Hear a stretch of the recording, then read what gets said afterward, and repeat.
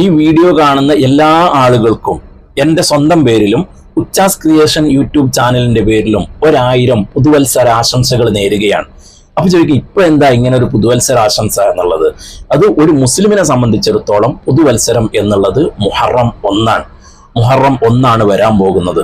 അപ്പൊ ചിലപ്പോൾ ചോദിക്കും, നമ്മളൊക്കെ സാധാരണ ജോലി എടുക്കുന്നതും മറ്റു കാര്യങ്ങളൊക്കെ ചെയ്യുന്നത് മറ്റ് ക്രിസ്താബ്ദമായ, അതായത് ജനുവരി ഫെബ്രുവരി എന്നുള്ള ഈ മാസം അനുസരിച്ചിട്ടല്ലേ?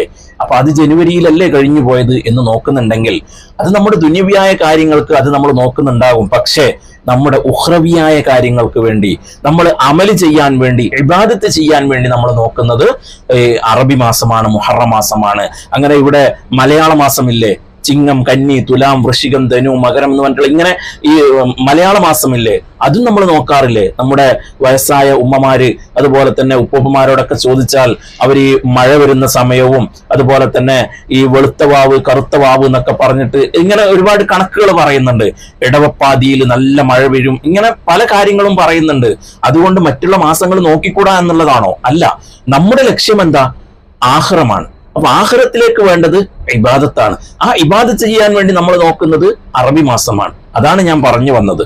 കാരണം റബീഉൽ അവ്വൽ വരുന്നത്, റമളാൻ വരുന്നത്, ദുൽഹിജ്ജ വരുന്നത്, ഇങ്ങനെ ഓരോ മാസങ്ങളും നമുക്ക് ഇബാദത്തുകൾ കൂടുതൽ ചെയ്യാനുള്ള മാസങ്ങൾ വരുന്നതൊക്കെ അറബിയിലാണ്.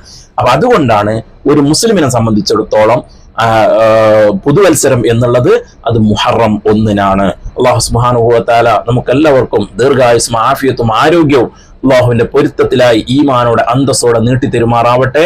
നമ്മെ ആരെയും അള്ളാഹു തആല പെട്ടെന്ന് മരിപ്പിക്കാതിരിക്കട്ടെ. ആമീൻ യാ റബ്ബൽ ആലമീൻ.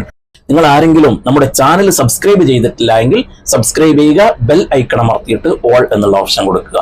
അസ്സലാമു അലൈക്കും വറഹ്മത്തുള്ളാഹി.